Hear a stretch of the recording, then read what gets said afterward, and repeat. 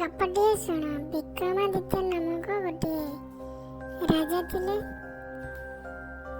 बहुत दिन राजती करू करू तांकर मन है पारिधि जावाई बा बुलिया जावाई। ए समय राजा मंत्री को राज्य भार दे पारिधि बा बुलिया गले। ए समय किछि दिन पर गोटे मंडाखिया असुर से राज्य रे पहुंचला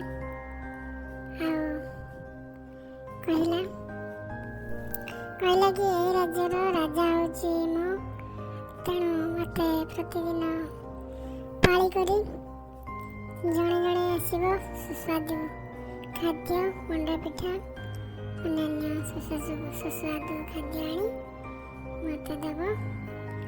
मोर 3टी प्रश्न अच्छी से 3टी प्रश्न जदि उत्तर देदेव तो भल कथा, ना जी नहीं आसी से दिन पाली ताको भी खाईदेवी।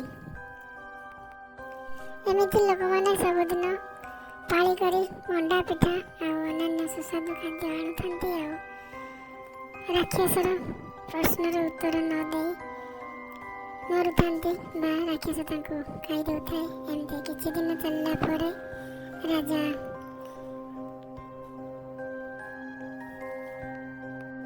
विक्रमादित्य पारिधि आसवा डेरी होता है। लोक मैंने पाली करी आसुथांती।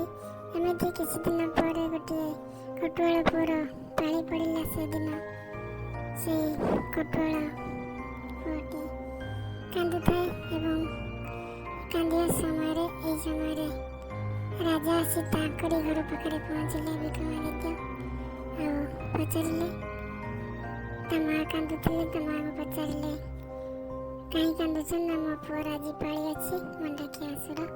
तार प्रश्न न दे पारे उत्तर से मारी खाई देउछि सेतपई कांदुछि। ना ठीक अछि तुम पुआ बदल मु आज जीवी तार प्रश्न उत्तर देवी। यह कही राजा विक्रमादित्य निजे चलिले असुर पाखक। एही समय राजा विक्रमादित्य असुर पाखरे पहुंची सब सुस्वादु खाद्य रखीदेले। असुर को कहले कौन प्रश्न पचार। असुर कहला 3 प्रहर मु 3टी प्रश्न पचारि। यदि 3टी प्रश्नर उत्तर न दे पारिबो ताले शेष तुमको मध्य मारी खाईदेवी। ना ठीक अछि पचार। प्रथम प्रश्न पचारिबा पूर्व असुर प्रथमे सुस्वादु खाद्य मान खाइबाक लागला। शेष पचारिला आकाश ठारू उच्चा किए। विक्रमादित्य कहले आकाश ठारू उच्चा हेले बापा। से प्रहरटी कटिगला। द्वितीय प्रहर पुणी असुर पुणी प्रश्न कला वसुदेव ठारू गरु किए। राजा विक्रमादित्य उत्तर देले वसुदेव ठारू गरु होची माँ। यह समय द्वितीय प्रहरटी सरीगला। द्वितीय प्रहर सरला पर तृतीय प्रहर पहुँचला। तृतीय प्रहर पहुँचवा पूर्व राजा विक्रमादित्य कहले मु तोर संपूर्ण प्रश्नर उत्तर देवा पूर्व गोटे कथा शुणी रख। मु जदि प्रश्नर उत्तर न दे पारे तू तो मते खाइबू, किंतु जदि प्रश्नर उत्तर मु दे दिए ताले तू कौन करेबू?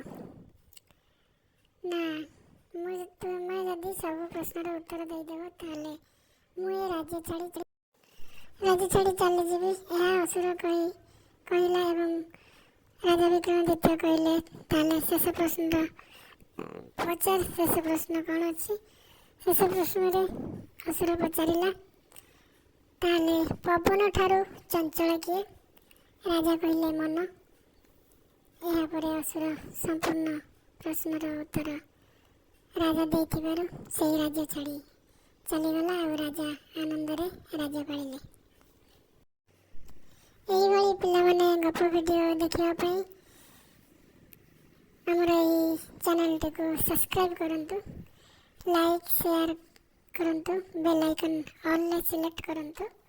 ताले प्रथमे एही भली मजादार वीडियो ଅପଲୋଡ଼ ହେଲା ମାତ୍ରେ ଆପଣ ଦେଖିପାରିବେ।